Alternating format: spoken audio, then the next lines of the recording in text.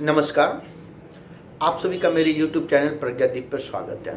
मैं अजय कुमार चौधरी। आज मैं अपने इस YouTube वीडियो पर बिहारी का साहित्यिक परिचय पर आलोचना करूंगा। तो आइए बिहारी की साहित्यिक आलोचना की शुरुआत करते हैं। श्रृंगार रीति और कला की त्रिधाराओं के संगम पर बैठकर महाकवि बिहारी ने वह अद्भुत काव्य सृष्टि की जो एक बार तो जयपुर नरेश को भी अपने कर्तव्य पथ पर आरूढ़ करने में समर्थ हो सकी। ऐसी वाणी कोई बिहारी जैसा समर्थ साहित्यकार ही कह सकता है। उन्होंने राजा नरेश जयसिंह को संबोधित करते हुए कहता है, नहीं पराग नहीं मधुर मधु नहीं विकास ही काल, अली कलयुषे बंध्यो आगे कौन हवाल। इस दोहे को सुनते ही जयसिंह अपनी नवविवाहिता स्त्री को छोड़कर राजपाट के काज को संभाल लेता है। ऐसी प्रतिभा बिहारी के काव्य में ही देखी जा सकती है। तो बिहारी के जन्म को जीवनी के विषय में चर्चा की हम शुरुआत करते हैं। जन्म ग्वालियर जानिए खंड बुंदेले बाल, तरुणाई आई सुखद मथुरा बसी ससुराल। बिहारी के ऊपर लिखित दोहे के अनुसार इनका जन्म ग्वालियर राज्य के बसुआ गोविंदपुर नामक गांव में सन 1603 में हुआ था। इनकी ससुराल मथुरा थी। ये जाति के ब्राह्मण थे। इनके पिता का नाम केशव राय था। जैसा कि नीचे दोहे से स्पष्ट हो जाएगा कि प्रकट भय द्विजराज कुल सुबस बसे ब्रज आई, मेरे हरौ कलेश सबु केशव केशव राय। महाकवि केशव के संरक्षण में इन्होंने काव्य शास्त्र का अध्ययन किया था। युवावस्था में ये अपनी ससुराल मथुरा चले गए थे, परंतु घर ही जवाई लौ घटियों खरो पुस दिन मान के अनुसार शायद ससुराल में अधिक आदर प्राप्त न हुआ, अतः वे वहां से चले गए। जहांगीर से भेंट होने के बाद ये आगरे के राज दरबार में रहने लगे। एक बार जयपुर जाने पर राजकाज से महाराजा की उदासीनता को देखकर बिहारी को बहुत आश्चर्य हुआ और आश्चर्य के साथ दुख भी हुआ। और उन्होंने निम्न पहला दोहा राजा के पास लिखकर भेजा। परिणाम यह हुआ कि राजा की मोह निद्रा टूट गई। दूसरी ओर दोहे से मुगलों का पक्ष लेकर हिंदू राजाओं पर आक्रमण करने से भी जयसिंह को रोका। उन्होंने राजा जयसिंह को संबोधित करते हुए कहा था, नहीं पराग नहीं मधुर मधु नहीं विकास यही काल, अली कलीशो बंध्यो आगे कौन हवाल। उसी प्रकार मुगलों का जो साथ दे रहे थे उनके पक्ष से हिंदू राजाओं पर आक्रमण करने पर भी उनको रोकते हुए कहता है कि स्वार्थ सुकृतु न श्रम वृथा देखी विहंगम विचारी, बाज पराए पानी पर तू पछनू न मारी। अपनी योग्यता और विद्वता के कारण बिहारी को जयपुर के नरेश महाराजा जयसिंह ने अपने राज दरबार में स्थान दे देता है। यह रहकर बिहारी ने सत्सई नामक ग्रंथ की रचना भी की। इनके सत्सई में 713 दोहे हैं। महाराजा इनके प्रत्येक दोहे पर एक असरफी दिया करते थे। पत्नी की मृत्यु के पश्चात इन्होंने अपना शेष जीवन वृंदावन में जाकर भगवत वचन में व्यतीत किया। इनकी मृत्यु माना जाता है सन 1663 ईस्वी में हुई। अब हम बिहारी की काव्य की जब हम चर्चा करते हैं तो उनकी प्रतिभा का निश्चित रूप से हमें देखना होगा। बिहारी ने किसी स्वतंत्र ग्रंथ की रचना नहीं की। महाराजा को समय समय पर सुनाए गए 700 दोहों का संकलन ही बिहारी का सत्सई है।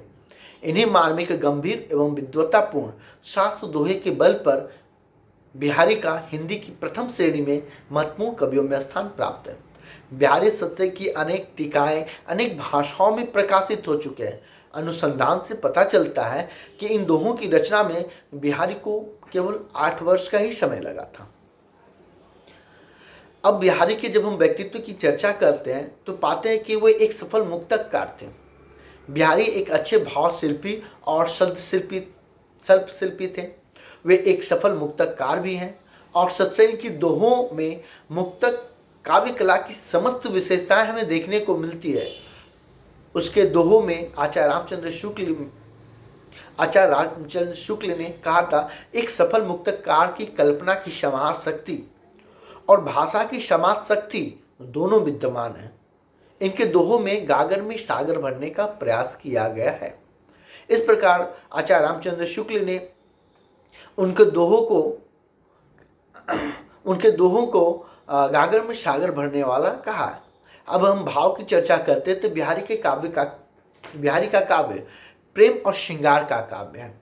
यद्यपि उन्होंने भक्ति, वैराग्य, दर्शन, नीति, इतिहास, ज्योतिष, वैद्य की आदि विषयों पर भी दोहे लिखे हैं, परंतु वे संख्या में बहुत कम है।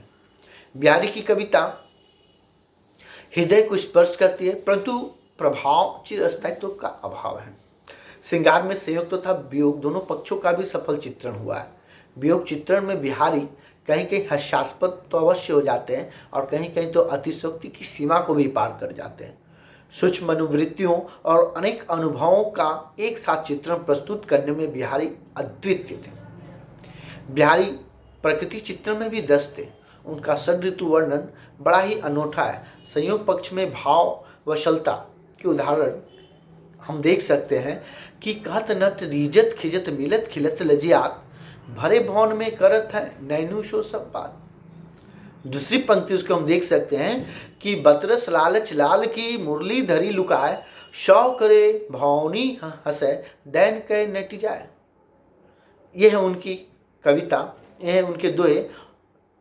संयोग पक्ष की और भी एक है, भाव ऊंचे आचरू उलटी, मोर मोरी मुंह मोरी, नीठी नीठी भीतर गई दीठी सौ चोरी। हम देखते हैं कि उर्दू शैली का भी प्रभाव उनके काव्यों में हम देखते हैं। उसका एक उदाहरण देखते हैं कि आड़े दे आले वसन जाड़े हु की रीति, साहस एक सने हवस, सकी सबे ठिग जाती। अब जब वे सुधी कीजिए तब तब सुधी जाही, आंखनु आंख लगी रहे आंखें लागती नहीं। इस प्रकार हम देखते हैं कि कबीर की जो भाव है, भाव की जो अभिव्यक्ति है वो विविध रूपों में संयोग पक्ष में भी और वियोग पक्ष में भी हुआ है। हम जब इसकी भाषा की बात करते हैं तो बिहारी की भाषा साहित्यिक ब्रज भाषा है। इनका भाषा पर पूर्ण अधिकार प्राप्त था। यही कारण है कि दोहे जैसे छोटे से छंद में भी विशाल भाव की सृष्टि करने में ये समर्थ हो सके।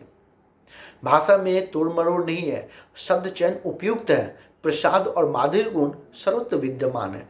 कहीं कहीं बुंदेलखंडी, फारसी और अरबी भाषाओं के शब्द भी हमें देखने को मिल जाते हैं, परंतु अपने ढंग में ढालकर बिहारी इन शब्दों का प्रयोग करते हैं। अर्थ